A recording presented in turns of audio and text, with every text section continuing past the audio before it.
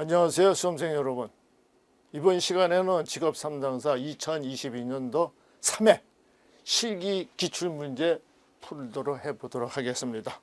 이번에도 시험 문제가 특징이 심리학 문제가 9문제가 선정됐습니다. 반면에 상담하고 시험 문제가 좀 적게 나왔습니다. 그리고 정보론과 시장론은 평이하게 두세 문제씩이 출제되었습니다. 자, 그러면은 금년에는 22년도 3회, 그럼 23년도 1회는 무슨 시험 문제가 주로 많이 나겠느냐?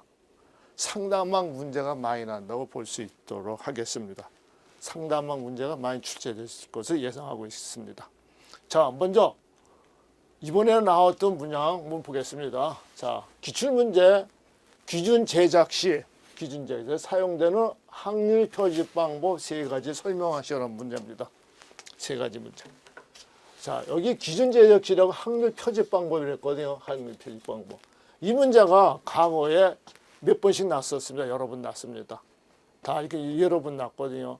이 확률 표집이란 건 뭐냐 그러면은 어떤 심리 검사를 문항을 만들기 위해서 모 집단 있잖아요. 이 모 집단을 전체적으로 대상으로 해서 표집하는 건 어렵거든요. 그래서 모 집단을 기준으로 해서 몇 개 특정하는 거, 기준 집단을 따로 만드는 거, 기준 집단을 모 집단을 줄여서 기준 집단을 만들어 가지고 심리 검사 도구를 만드는 것 갖다가 우리가 소위 말하는 확률 표집 방법이라고 하고 있습니다. 이 확률 표집 방법에는 크게 보통 4가지가 있습니다.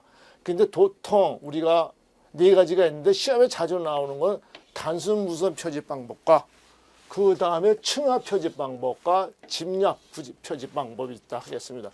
그 다음에 체계적 표집 통계 방법이 있고 주로 1번과 2번과 3번이 시험 문제 답으로 많이 출제되고 있습니다. 이게 단순 무선 표집이란 건 뭐냐? 단순 무선. 이게 모 집단 구성원들이 속해 있잖아요. 그래서 단순 모 집단들이 표본에 추출할 확률이 동일하도록 표집하는 방법이야. 그래서 기준 집단이 있으면은 이 기준 집단을 무작위로 단순 무선, 여기서 만약에 100명이다 그러면은 여기서 10개로 표본 집단을 만드는 거야. 표본 집단 10개를 샘플로 만들어서 이렇게 추력을 여기에 대한 문항을 표집하는 방법을 갖다가 단순 무선 표집이라고 합니다. 자, 그래서 여기에 가장 기초적인 방법은 그렇잖아. 구성원들에게 일렬 번호를 부여해서, 그러니까 이 9명, 10명을 100명 중에서 10명을 추려서 10명에서 어떤 특정 번호를 주는 게 아니라 무작위로, 여기서 무작위로 뽑아가 10명 추려서 번호를 매겨서 추출하는 방법을 갖다가 단순 무선 표집이라고 합니다. 두 번째는 뭐냐? 층화 표집이야, 층화. 이게 층이 있거든요. 이게 층들이 있다, 이거. 층들이 이거. 그래서 모 집단의 특징이 모 집단 대표가, 모 집단 규모가 다른 몇 개 이질적인 집단이에요. 이질적인. 요거 특징이야. 이질적인 거. 이게 동질성이 있는 게 아니라 동질성이 있는 거는 요거에 되겠지. 이렇게. 동질성이 있는 거. 집약 표집이라고. 그래서 모 집단을 서로 동질적인 집단으로 구성해서 이 동질 집단이 있고, 그러니까 집단이 이렇게 있습니다. 그러니까 이거 완전 이질 집단이고 이건 다 동질한 집단들, 동질적 있는 거. 이렇게. 이 하입당이라는 건 뭐냐 그러면 우리가 주체적으로 종교 집단이 있다고 했습니다. 종교 집단에 보면은 종교 집단에 예를 들면 불교라고 합시다. 특정 종교를 이야기 불교라고 하면 조계종이고 천태종이고 법성종 여러 종류가 그 이야기 하는 겁니다. 이렇게. 그래서 좀 성격이 다른 집단들끼리 모여서 전체에서 여기서 어떤 특정한 설문지를 돌려서 그 성도들의 어떤 거 특정 심리 검사를 하는 거 그 자체를 이야기하는 거. 그 다음에 집약 표집은 이거는 동질성이 있는 거. 이 동질성이 있는 건 뭐냐? 파가 있어. 파가 종파가 아니라 파가 있어. 그래서 개신교로 그러면은 여기 뭡니까? 기독교 있고 그다음에 천주교 있고 무슨 종교도 있습니다. 이와 같은 동질성이 있는 거. 같은 기독교 내에서도 이렇게 차이가 있다. 그래서 우리가 예를 들면은 여기 뭡니까? 중학교 6학년 한 반을 모집하겠다. 그러니까 대한민국의 어떤 거 국민학교 6학년생을 모집을 한다. 그러면 서울, 부산, 대전 이렇게 특정시 몇 개 놓고서 특정 시에서 6학년 학생들을 몇 명을 추출합니다. 이렇게. 그래서 우리가 예를 들면은 6학년 한 반이 뭐냐 50명이다. 50명. 50명이라 그러면 10개 도시에서 5명씩 추출하는 거. 그러면 하나의 뭡니까? 대한민국의 6학년 한 반이 편성되는 거죠. 그래서 6학년에 대한 어떤 거 학업 성취도든가 아니면 심리검사 여러 우리가 묻고 싶은 거 표본 조사를 할 수 있는 거 이거 갖다가 우리말로 흔히 군약 표집 집단이라고 합니다. 그래서 이런 식으로 해서 우리가 이번 시험에도 확률 표집 방법 3가지 설명하시는 문항 나왔습니다. 이거와 관련해서 차기 문제가 출제될 수 있는 거는 차기 출제, 그러니까 차기의 출제. 이거는 뭡니까? 집단 내 기준이 된 게 있거든요. 집단 내 이 문제가 시험에 나오지 않을까? 집단 내 기준 문제가 있어. 기준 문제. 집단 내 기준 문제, 요 문제가 출제될 확률이 있겠다 하겠습니다. 자, 그 다음 문항을 보도록 하겠습니다. 다음 문항은 증거 타당도에서 영향이 미치는 요인 문제입니다. 여기 증거 타당도에서 영향을 미치는 3가지 요인입니다. 이 문제가 과거 이렇게 여러 번 나왔습니다. 횟수로 보면은 1번, 2번, 3번, 4번, 5번, 6번 이제 출제됐다고 하겠죠. 실제는 여기가 이 문제들이 여기 이제 교재 매면 64페이지하고 심리검사 14번 문항이었잖아요. 여기 14번 문항. 그래서 이 문제가 우리가 증거 타당도 크기 결정 요인 그러잖아요. 그러면은 먼저 이 타당도라는 의미가 뭐냐 이거 증거 타당도. 이 증거 타당도 종류는 여러 종류가 있습니다. 이렇게 종류들은 이렇게. 그래서 시험 문제는 뭐가 나왔습니까? 여기 영향을 미치는 요인 그랬잖아요. 그래서 타당도, 신뢰도에 따라서 어떤 거 영향을 미친다 이거예요. 영향을 미친다 이거예요. 그래서 신뢰도 종류가 어떤 거 여러 종류도 있어요. 그래서 보통 우리가 시험에 나왔던 거는 이렇게 해서 검사, 재검사 신뢰도와 동형 검사 신뢰도와 그다음 반문 신뢰도 검사에 따라서 신뢰도 영향에 뭡니까? 타당도 계속 영향을 미치는 요인 이렇게 들어가는 거고 그 다음에 뭡니까? 문항에 속도 제한이 있느냐 없느냐니까.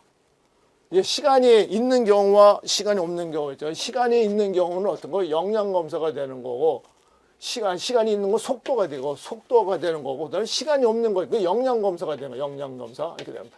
시간이 있다 없다에 따라서 어떤 거 신뢰도 계속 영향을 미친다라고 볼 수가 있겠습니다. 그 다음에는 개인이 가지고 있는 속성이 있어. 개인의 심리적인 특성이랄까 개인의 가지고 어떤 거 능력, 역량, 개인의 가지고 어떤 거 흔히 통틀어서 이야기했을 경우에 개인의 같은 거 자질 이런 거에 따라서 개인차가 천차만별입니다. 그래서 심리검사 나올 때도 바로 개인차의 영향에 따라서도 심리검사에 영향을 미친다고 할 수 있겠습니다. 자, 그 다음에 문항수야. 검사 문항수가 많으면은 어떻겠습니까? 짜증을 내고 또 적으면은 또 어떤 신뢰성이 떨어집니다. 그래서 문항이 많다 적다에 따라서도 어떤 거 신뢰도 개수에 영향을 미친다 하겠습니다. 타당도 개수에 영향을 미친다 하겠습니다. 그 다음에 응답자 속성 변화가 있어요. 응답자 속성 변화는 거는 가장 대표적인 거. 우리 선생님들도 잘 알다시피 검사와 재검사에 보면요. 장단점이 있어요. 검사와 장단점이 있어요. 장단점이 있습니다.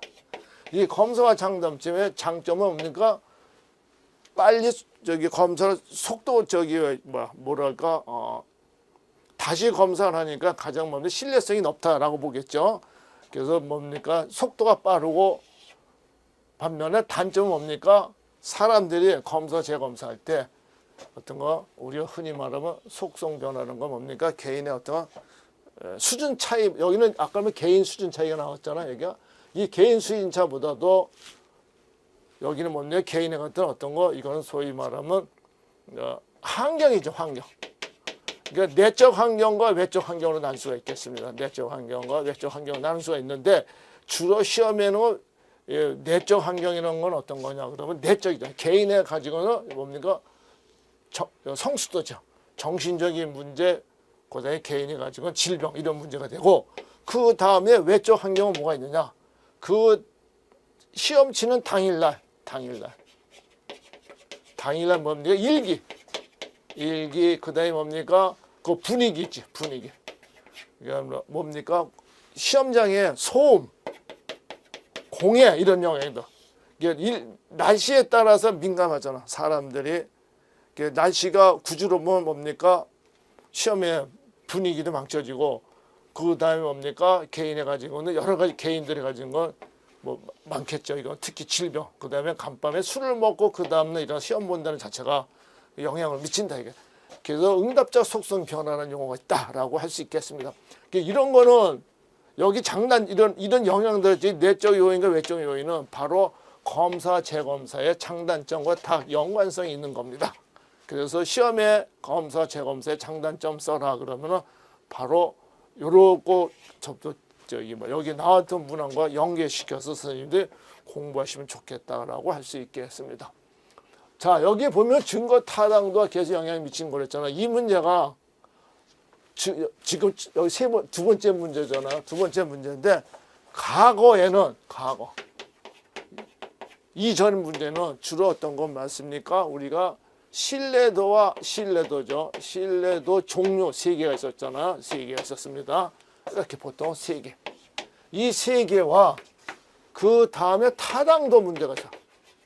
이 타당도의 어떤 거 장점 중요한 이유, 뭐 타당도 종류, 뭐 이런 문제가 시험에 계속 연속해서 시험 문제 출제했습니다. 그런데 금년에는 이 문제가 싹 빠졌습니다. 싹 빠졌다. 앞으로 이 문제는 당분간 또 2023년도죠. 1회, 2회 때는 시험 출제되기가 조금 어렵다고 볼 수 있겠습니다. 자, 그 다음 문항 보도록 하겠습니다.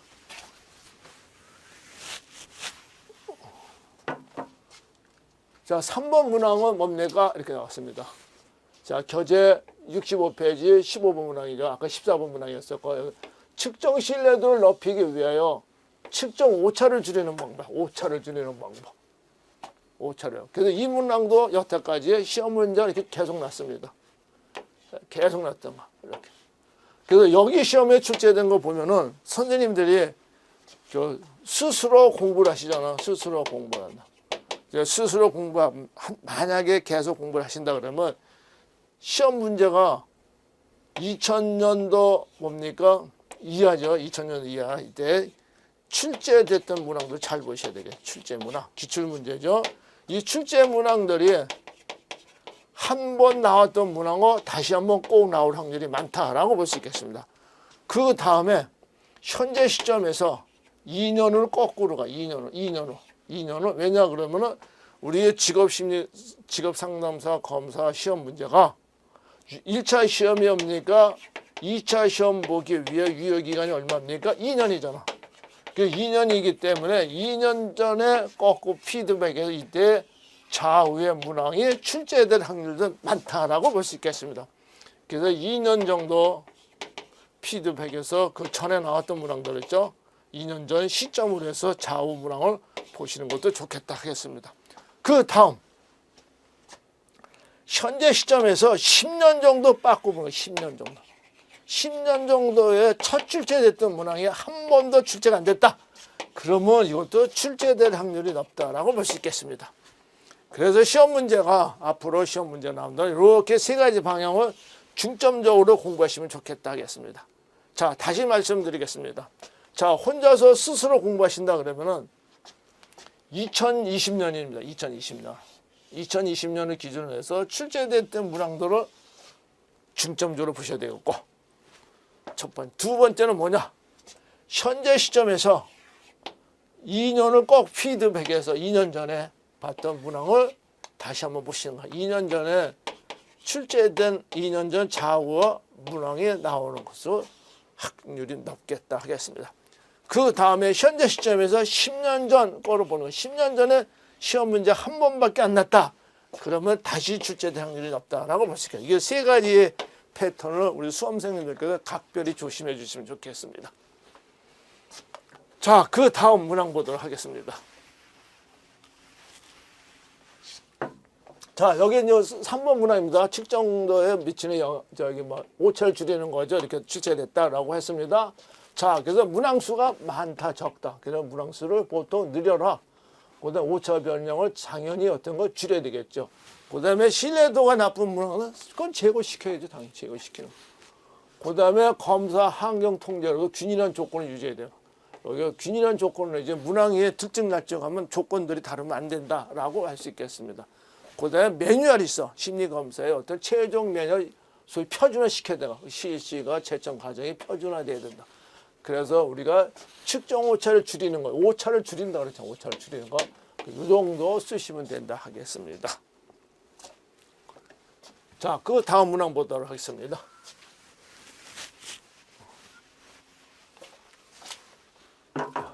자, 4번 문항은 심리검사 이해 아니오 나왔습니다. 이해 아니오. 객관적 자기보고식 검사 장단점을 쓰는 거. 단점이 나왔어요. 자, 이 문항도 교재 75페이지에 27번 문항입니다. 27번. 그래서 이렇게 뭡니까? 27번 문항은 문항이 많이 나왔죠. 이렇게 쭉 많이 출제됐어. 01년도, 02년도, 뭐 06년도, 09년도, 11년도, 14년도 여러 번 했습니다. 이렇게 여기 19년도는 계속 연장 나왔습니다. 17년도 이렇게 나왔어. 이게 금년에 또 나온 거지. 이렇게. 이 심리검사 뭡니까? 여기 자기보고식 그랬죠. 예, 아니요. 이렇게 객관식 형태에 물어보는 거지. 이 문항들을 어느 때는 장점 물어보고 장단점 물어보고 여러 형태로 물어보는 거. 답은 딱 뭡니까? 동일한 거야. 동일한 건데 물어보는 메시지만 다르다라고 볼 수 있겠습니다. 그래서 예, 아니요 검사와 자기보고식 검사와 그다음에 선다형 검사 이거 다 같은 얘기라. 같은 얘기. 객관식 검사, 객관식 형태로 했잖아요. 객관식 검사 이렇게 이게 다 같은 용어이기 때문에 문항은 물어보는 형태는 다르더라도 답은 장점은 딱 이렇게 정해져 있습니다. 장점. 그래서 시험에 주로 장점과 단점을 쓰는 거겠죠. 그래서 장점은 뭡니까? 이 자기보고식 객관식 검사는 흔히 뭡니까? 심리검사 실시가 간다는 거. 그래서 서로 비교를 하는 거죠. 비교가 가능하다. 그다음에 채점하기 쉽다. 그다음에 오류도 범할 우려가 없다. 그다음에 투사적 검사에 비하여 신뢰도 타당도가 높다. 이렇게 나와요. 그다음에 주관적 판단 적용할 뭡니까? 여지가 없다. 이렇게 쓰는 거예요. 그다음에 단점은 뭐냐? 이거죠. 문항이 제한되어 있던가. 딱 시간 내에 측정을 하려다 보니까 딱 어떤 거 문항이 규격화됐다. 이거. 문항이 규격화됐다. 이거. 제한된다 이거지. 문항이. 그다음에 문항의 경향성.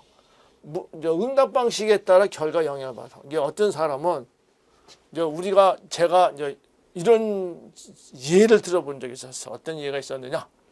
미국에서 공부한 학생이 한국에 와서 윤리 도덕 시험 보면 점수가 자기 생각과 다르다. 그래서 생각이 다르다 그러는 거야. 그러니까 이 사람이 뭔가 반대로 쓴 거. 반대로 쓰니까 답이 맞더라. 이런 거야. 바로 이게 뭐냐? 응답 방식에 따라 결과 영향이 다른 거야. 이러는 거죠. 그 다음에 사회적 민감성. 여기에 다 이거 같이 일어날 수 있겠지. 그래서 거의 뭡니까? 어떤 거 사회 현상에 대해서 사고 방식에 따라서 문항도 이렇게 답 표출하는 방법이 달라질 수가 있다. 이 결과에 영향을 미친다라는 거죠. 그래서 여기서 말하는 예, 아니요, 자기보고식 검사, 객관식 검사, 선다형 검사 이 용어는 심리검사의 장단점과 바로 관련되는 거거든. 심리검사. 그래서 이 심리검사의 장단점이 심리검사의 장단점 그랬죠. 장단점이 이거와 대비되는 건 뭐냐? 투사적 검사. 투사적 검사가 반대. 여기 장점이 여기 단점이 되고 여기 단점이 되고 여기 장점이 되는 거. 그러니까 여기 장점은 단점이 되고 단점은 뭡니까? 장점이 되는 거. 이렇게 선생님들이 바꿔 써주시면 되겠습니다. 자, 우리가 심리검사에서 지금 여기 장단점 그랬잖아요. 장점과 단점 그랬잖아요. 우리가 직업상담사 심리검사의 시험 볼 때 장단점이라는 얘기가 장단점. 장점과 단점이 있습니다. 이 장점과 단점에 문항이 딱 패턴이 정해져 있어. 지금 여기서 나오는 뭡니까? 문항 장단점을 쓰시라고. 두 번째는 여기서 투사적 검사의 장단점을 쓰셔. 세 번째는 뭐냐? 장단점을 물어봐. 집단 상담의 장단점을 물어봐. 집단 상담의 장단점을 물어봐. 그래서 여기 투사적 검사와 그다음에 뭡니까? 투사적 객관 자기 보고식이죠. 객관식 검사. 그다음에 투사적 검사가 있어. 자, 이렇게 장단점 물어보는데 앞으로 혹시 나올 수 있는 문항의 장단점과 관련해서 상담학에서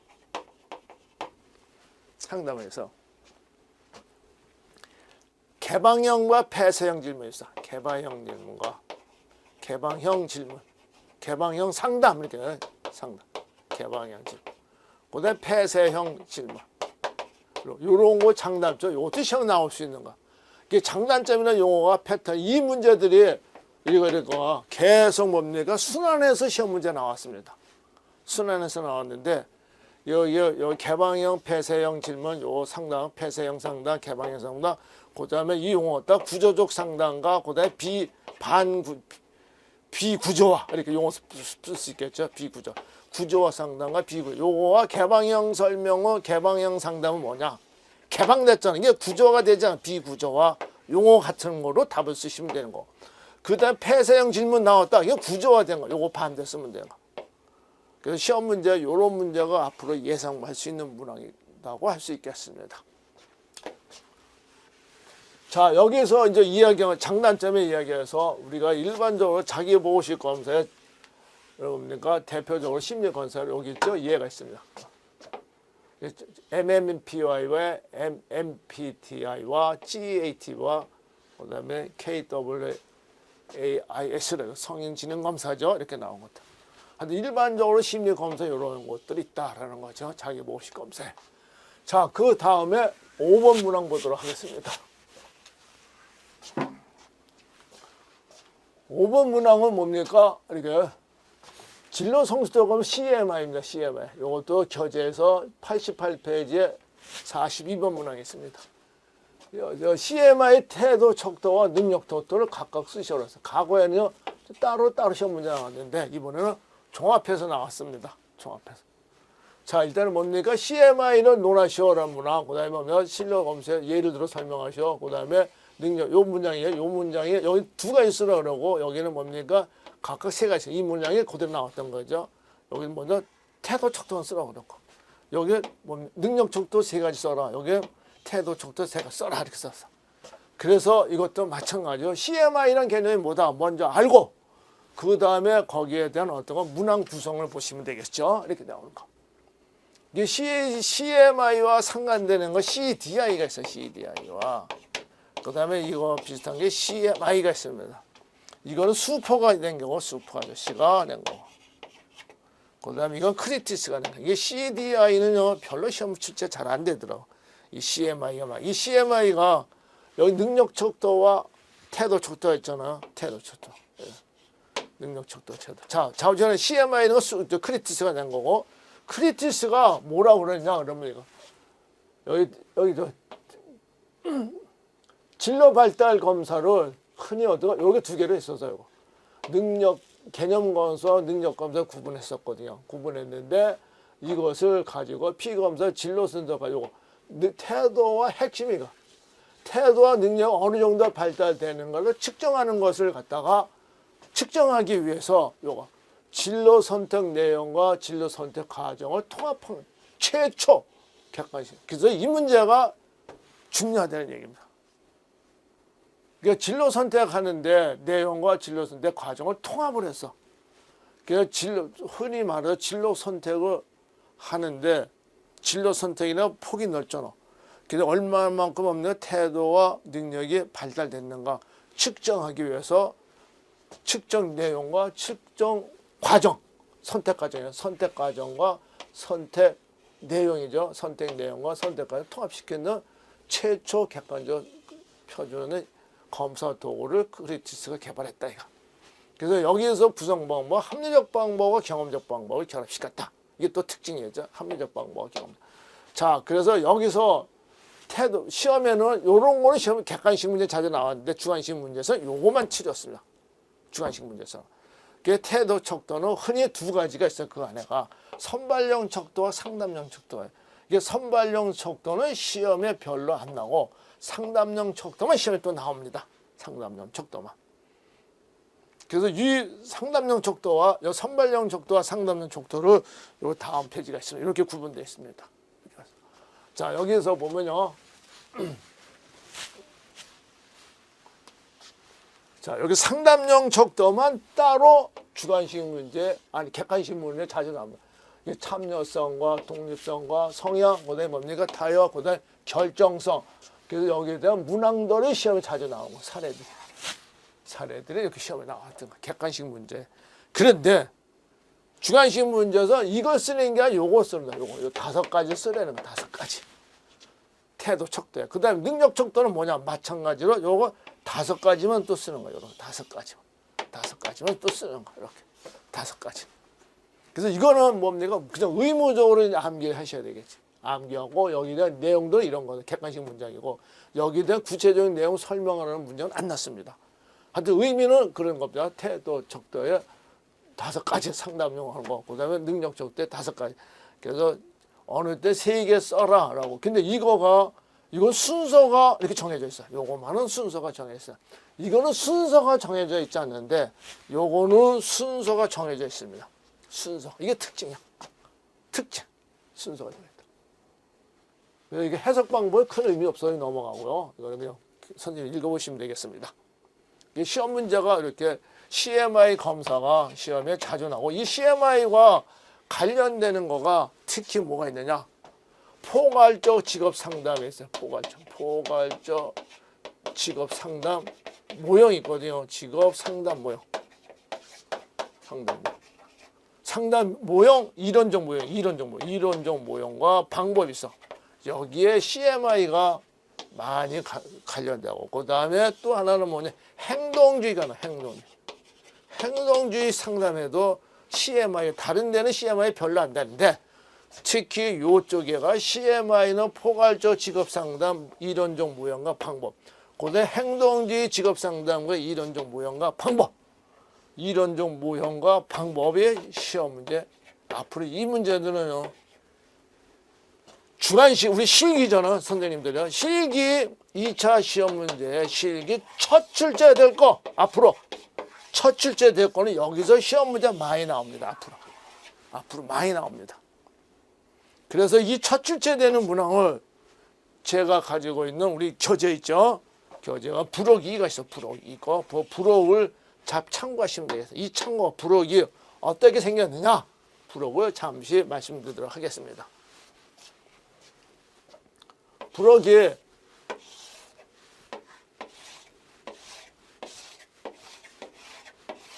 첫째 특성 요인과 내담자 중위 상담과 정신적 분석 상담과 발달적 직업 상담과 그다음에 행동 직업 상담과 포괄적 상담. 이게 6가지가 있어요. 6가지. 이 6가지가 있는데 이 6가지가 시험에 앞으로는요. 여기서 시험 문제 많이 나온다고 볼 수 있겠습니다. 첫 출제 되는 것도.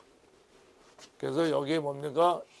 박스가 있으니까는 여기 뭡니까? 과정이 있어. 과정. 그다음에 여기 이론적 뭡니까? 상담 방법이 있어. 그다음에 직업정보. 그러니까 심리검사 해석이지. 해석. 그다음에 직업정보 칸이 있거든요. 이 칸을 여기 꼭꼭 눈여겨보시면 좋겠다. 이거. 그래서 CMI가 바로 행동주의와 포괄적 상황과 관련이 있다라고 보겠습니다. 그래서 요거는 저기 부록에 참고하시면 되고 그 다음에 우리가 직업상담 2차 시험 문제가 객관식 문제 있어요. 객관식 문제. 첫 출제되는 거. 요것도 제가 여기 지금 아까 박스 만드는 거 있잖아요. 박스 만드는 밑에 보면요. 여기 직업정보, 심리검사 해석이 있어요. 해석과 직업정보. 요 박스 안에 있는 거. 여기 박스 안에 있는 거 6가지. 여기서 지문들을 꼭 읽어보셔야 돼. 앞으로 시험 문제가 기출문제 첫 출제되는 문항들은 여기서 나옵니다. 많이 나오는 거. 제가 자신 있게 이야기합니다. 이런 것을 가지고 우리가 지금 여기서 저기 강의용 교재로 쓰이는 거 어떤 거 기출문항과 이렇게 했죠. 기출문항과 이거죠. 기출문항들 나왔던 거. 그 다음에 미출문항이 있습니다. 미출문항이 있어. 이렇게 했어. 이 기출문항이 요거 끝났으니까 요거 잠시 올라가겠습니다. 자, 다시 한번 보겠습니다. 자, 여기 보면은 이렇게 나옵니다.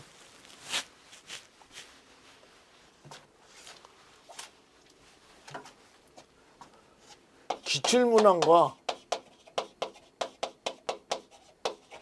미출문항이 있다.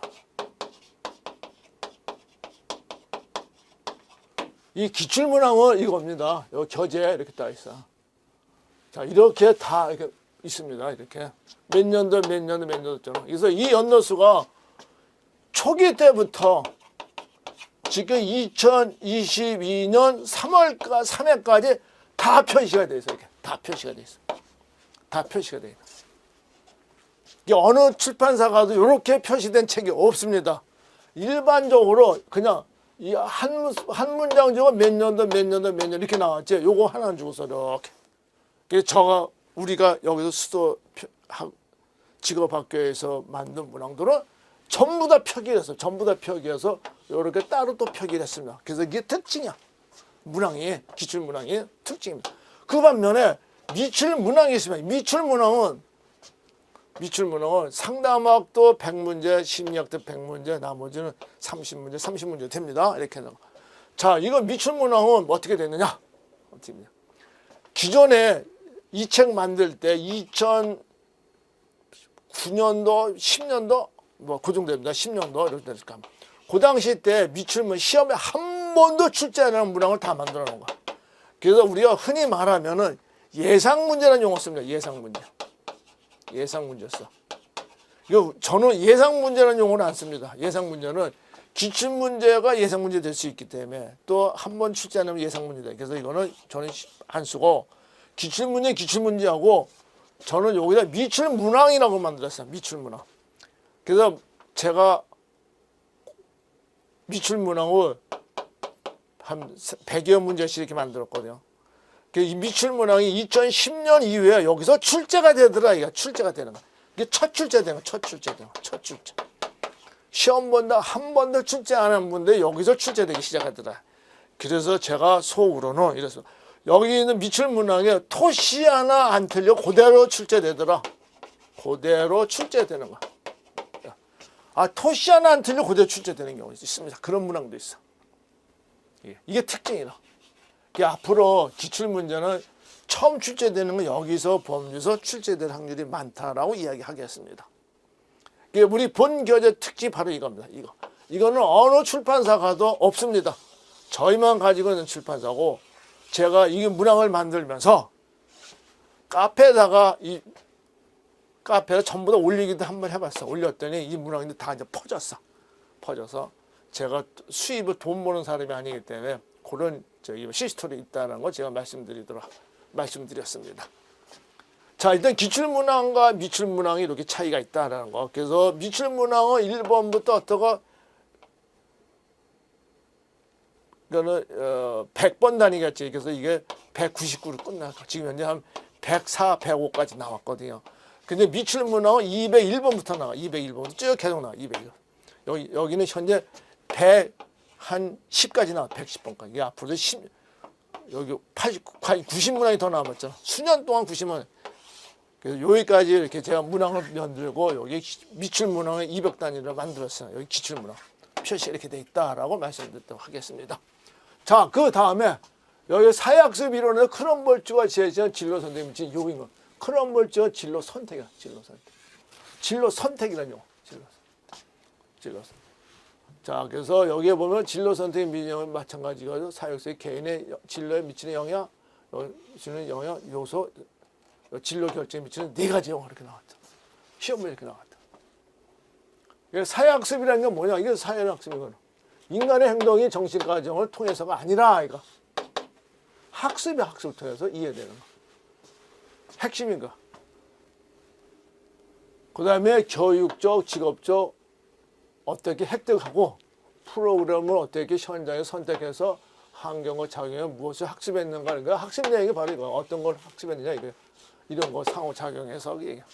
자, 그래서 여기서 보면 크롬 물질과 직업 선택에 영향을 미치는 요인 그랬잖아. 이 미치는 요인은 이렇게 네 가지가. 네 가지.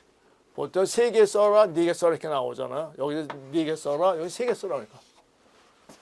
그래서 여기서 보면은 보통 요거는 좀 특이하죠. 이거는 뭡니까? 우리가 객관식 문항에서 많이 다뤘던 분야. 과제 접근 기술이야. 과제 접근. 이 과제 접근 기술이라는 건 뭐냐? 우리가 개인의 어떤가 독특성이라 독특성. 독창성이랄까? 이래봐. 독특성. 그래서 요 세 가지는 저는 이렇게 봅니다. 개인의 우리가 재능이라는 용어 쓰잖아요. 개인의 재능. 개인의 재능. 재능 뭐 이랬잖아. 이 재능이라는 용어가 소질, 특성 뭐 이런 용어들이 있거든요. 그래서 요거 갖다가 저는 이렇게 표현을 했습니다. 어떻게 얘기하냐? 개인의 특수성, 그 다음에 독특성.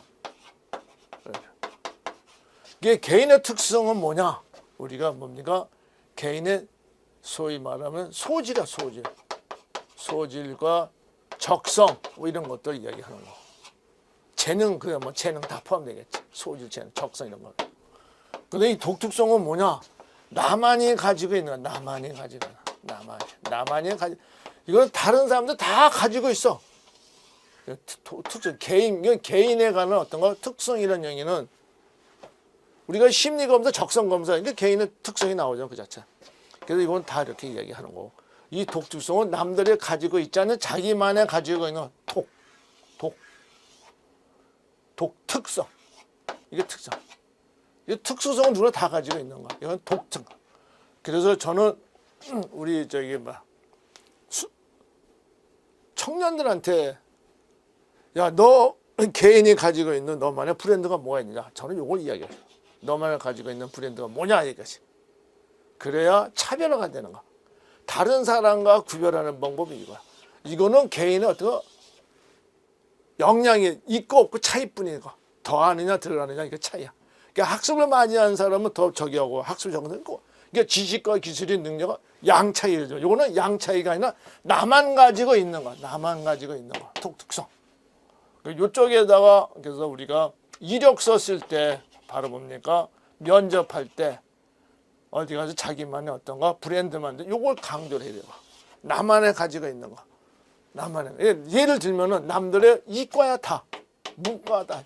그럼 나만은 이과다 이거야. 딱 이런 거. 혼자만 이과지. 남들은 다 문과다. 이게 특징이잖아.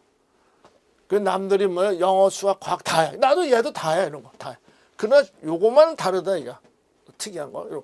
이게 독특성. 그다음에 취미 뭐 누구든지 축구나 야구나 다 좋아하는 거. 개인별. 이게 정도 차이겠지. 정도 차이. 그러나 이거는 그거 아니야. 다 축구 계통들이야. 운동계. 이 사람은 뭡니까? 운동 계통이 어떤 거? 이 사람은 어떤 거? 그러니까 운동이나 뭐 취미는 개인 플레이, 집단 플레이겠다 이런 거 같다. 그러나 팀이기. 이거는 뭡니까? 팀을 이끌어갈 수 있는 거. 그래서 저는 레크레이션을 좀 강조를 합니다. 레크레이션. 왜냐면 지도자가 되기 위한 레크레이션이죠. 다른 거는 지도자보다도 공동 팀이야. 이거는 레크레이션은 뭡니까? 내가 리더가 되는 거죠. 그래서 취업하기도 오히려 낫지 않겠나랍니다. 독특성. 이런 것을 선생님들이 공부하면서도 나만의 가지고 있는 독특성이 뭐냐. 이런 거를 발굴해서 자기만의 어떤 거 능력을 발휘할 수 있는 거 그런 거에 필요하다. 그래서 여기 가제 접근기는 바로 그런 거야. 1차 시험에 빠져나왔던 거겠죠. 그래서 나만의 가는 우리 수업 노트 보면 어떤 사람 노트 좀 잘하는 사람들 다른 사람과 노트 정리를 탁월하게 하는 사람도 있어. 이런. 그 나머지는 보면 개인이 타고난 유전적이죠. 누구든 다 타고난 있잖아. 이게 백인이 있으면 우리가 황인종, 흑인종 있고 남자, 여자, 진짜 이건 다 당연한 거잖아. 거. 유전적인, 재적이니까는. 누구든지 타고나죠. 환경 조건에서 장소만 다를 뿐이지 다 똑같아. 그 다음에 환경적 조작. 이 환경적 조작이라는 건 요즘에서 어떤 겁니까? 흔히 취업하기 위해서 제 사례가 이름이 같은 사람 안 뽑은 적도 있습니다. 안 뽑은 적도 있어. 또 그 같은 이름이냐. 이게 새로운 이름 원하는 사람도 있더라고. 그래서 이름도 이렇게 좀 개명들 하잖아. 그 반면에 취업하기 위해서 어떤 거 유전적 조작이란 건 뭐냐? 한마디로 하면 우리가 성형수술 하는 게 성형수술 이런 거. 그 다음에 학습 경험이야. 여기 도구적 학습과 연상적 학습이라는 게 있습니다. 이게 도구적 학습, 연상적 학습이라는 거는 뭐냐 그러면 우리가 어렸을 때 어린아이들이 뭡니까? 뭘 잘 갖고 놀면 얘는 커서 이런 거 갖고 놀겠네. 연상하는 거겠죠. 소위 말하면 유치원 어린아이들이 뭡니까? 청진기를 갖고 논다. 얘는 의사가 다 이렇게 연상되는 거지. 자기 나름대로가 이런 거. 이런 거 하나 뭡니까? 그 청진기 가지고 놀았던 거. 매사에 청진기. 이게 청진기들만 종류 쫙 모아봐. 각 나라 거 청진기도 수합해서 외국 여행 가서라도 청진기 종류만 먹거나 아니면 청진기에 대해서 어떤 특별한 자기만의 청진기를 개발할 수가 있는가. 이게 바로 뭐냐. 이게 바로 연상적 학습이라는 얘기죠. 그래서 개별적으로 만들어내는 거. 이제 직업화가 되는 거예요. 직업. 이런 거로 해서 어떤 거 독특한 제조업의 직업꾼이 될 수 있겠다. 그러니까 우리가 어린아이들이 없으니까 자동차를 다 모은 사람들이 많아. 수천 가지. 어느 때 이 고추 자동차도 제가 텔레비에서 나온 거 보니까 어떤 거 영구 자동차에서 우리나라 고등학교 때 대학을 안 나왔는데 자동차 모양 디자인만 열심히 해갖고 이 사람은 스카우트해간 사례가 방송 텔레비에서 방송된 적도 있다라고 볼 수 있겠습니다. 자, 그 다음에 그래서 여기에 뭐 진로 선택에 미치는 요인 세 가지. 그래서 세 가지가 가장 중요하다고 보겠죠. 그래서 요거는 뭡니까? 아까 뭐는 누구든지 다 겪을 수 있는 것 특수성. 요거는 독창적이다라고 볼 수 있겠죠. 자, 그 다음에 7번 문항 보도록 하겠습니다. 7번 문항은 직업 적응이 이뤄서 개인의 환경과 상호작용 특성이었죠. 그래서 저 96페이지에 52번 문항입니다. 그래서 어떤 시험 문제 이렇게 나왔던 거였죠. 시험 문항. 네 가지 요소죠. 네 가지.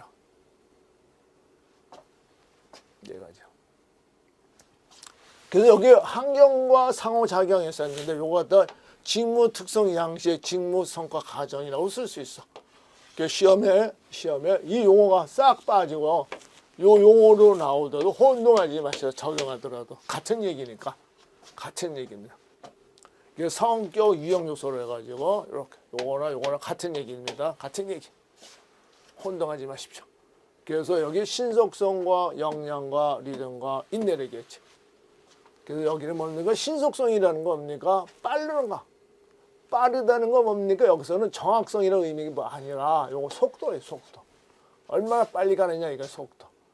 근데 이 속도와 관련해서 속도라는 의미가 뭐냐? 에너지라니까. 평균 활동 수준. 평균 활동 수준. 이 평균 활동 수준에다 보면 어떤 리듬이 있을까? 리듬. 이게 바로 리듬을 리듬. 그러니까 속도는 요게 되고 이 평균 활동 수준이라는 건 항상 보면 일정 기준이죠. 그러니까 일정 기준이라는 거 보면 그 리듬을 얘기해요. 리듬이라는 거 보면 그 안정적인 거, 불규칙적인 거. 이 넓게 보면 불규칙적도 요 리듬에 들어간다 이 말이야. 그 얘기야. 그러니까 안정해야 돼, 해기성 이런 거 들어간다. 그 다음에 이런 걸 가지고 어떤 거 안정과 불규칙 있잖아. 이런 것도 다 어떤 거 이겨내야 되는 거. 인내력이 필요하다. 지구력이 필요하다. 환경을 정해서 시간이 길이. 이렇게. 그러니까 암기도 쉽죠. 이런 식으로 암기하시면 되겠다라고 할 수 있겠습니다. 자, 그 다음 문항 보도록 하겠습니다. 자, 8번 문항은 직무 분석 방법, 최초 분석법에 대한 방법을 쓰셔라. 그래서 교재 104페이지에 67번 문항. 67번. 최초 분석 방법이라는 의미가 뭐다라고 이것도 시험 문제 이렇게 여러 번 났습니다. 쭉쭉 났던. 여러 번 났던 거. 이게 최초 분석법이라는 거 뭡니까? 여기 최초 분석법에 의미 쓰는 얘기는 안 나왔어요. 이렇게가 안 나와. 전부 다 뭡니까? 방법. 여기 방법 이렇게만 나와. 시험 문제. 그래서 구체적인 방법은 바로 여기 있죠. 이렇게 정보도 쭉 있습니다. 6가지 들으실까. 자, 일단 최초 분석 방법은 어떤 직무 분석 대상 직업에 산업발전 새롭게 발전한 직무를 참고할 만한 자료가 없다. 최초니까 직무 분석 방법에 자료가 없다. 그 다음에 전문가도 없다. 드물다. 경험과 지식 사람이 없다. 이거. 이런 걸 어떻게 시셔야 되느냐? 바로 이거. 현장 가서 보는 거야. 관찰하고 면접하고 설문지법 이렇게 보는 거죠. 이런 거는 뭐 억지로 읽는 게 아니라 서로 읽어서 이해하시는 범주에서 쓰시면 되는 거겠습니다. 그래서 관찰법, 면접법, 설문지법, 그 다음에 무슨 법이 있겠습니까? 여기 보면 뭡니까? 이렇게 나와 있습니다. 어떤 거? 작업일지법, 체험법, 녹화법 이렇게 골라서 쓰시면 되는 거야. 시험 문제. 그 외 최초 분석법이라는 쓰는데 자료가 드물고 경험자도 없고 그다음에 어떤 건 뭡니까? 방대하죠. 뭐 시간이 뭡니까? 전문가가 없단 말이야.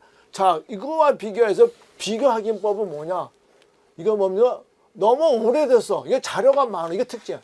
이게 자료가 많아. 아까 건 최초 분석법은 자료가 없다 그래서 자료가 없고 전문가도 없고 거기다 어떤 특별한 어떤 노하우가 없는 거야. 그러나 여기서는 자료가 많은 거야. 그 자료가 많다 보니까 빠른 시간 내에 분석하기 어려워. 그럼 비교하는 거야 상대적으로.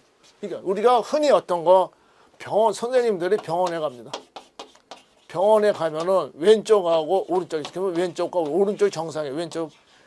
왼쪽이 정상이야. 정상인데 왜 오른쪽은 비정상이야. 그러면 오른쪽과 비교해서 이거 비교해 주잖아. 이거 비정상 부분을 갖다 판독을 해 주잖아. 마찬가지야. 그래서 여기서 비교확인법은 이렇게 한쪽 이건 뭐야? 한쪽은 정상적이고 한쪽은 비정상을 비교해서 확인하는 바로 그것 같은 거예요. 그다음에 대입헌법이 있어. 이 대입헌법은 뭐냐? 이거 캐나다에서 나왔던 거야. 이거는 소위 말하는 우리가 브레인스토밍에서 워킹법 3박사, 2박사, 3박사에다가 경력이 많은 사람들이겠죠. 그래서 어떤 거 집중적으로 전문가죠. 집중적으로 2박 3일 며칠 동안 했고 워크숍 하는 거 그 자체가 이야기다. 그래서 거기서 어떤 답이 나오는 거. 요런 것 때문에 최근에 어떤 거 퍼실리데이터하고 브레인스토밍 도입법 이런 거 하려고 브레인스토밍 그다음에 뭐 퍼실리데이터법 이런 거 요즘에서 많이 더 유행하고 있죠. 이게 바로 대입헌법의 한 종류다라고 이야기할 수 있겠습니다. 이거는 바로 뭡니까? 아까하고 다른 겁니다. 그래서 아까 최초 분석 방법이라 했잖아요. 이 6가지 중에서 몇 개 골라 쓰시면 되겠다 하겠습니다.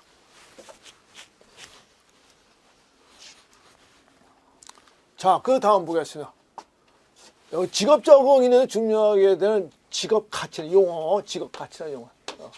이것도 마찬가지요. 107번, 108페이지, 72번. 이 문장이 최근에 나왔던 거죠. 나왔다. 자, 그래서 여기에 대한 뭡니까? 내용은 안 나왔어. 안 나오고 종류만 쓰라고 시험에 나와. 종류들만 쓰라고. 종류들만 쓰라고 시험 문제. 앞으로도 이것도 주관식 문제 이렇게 설명하시러 나오면은 이것도 써야 되겠지. 써야 되겠습니다.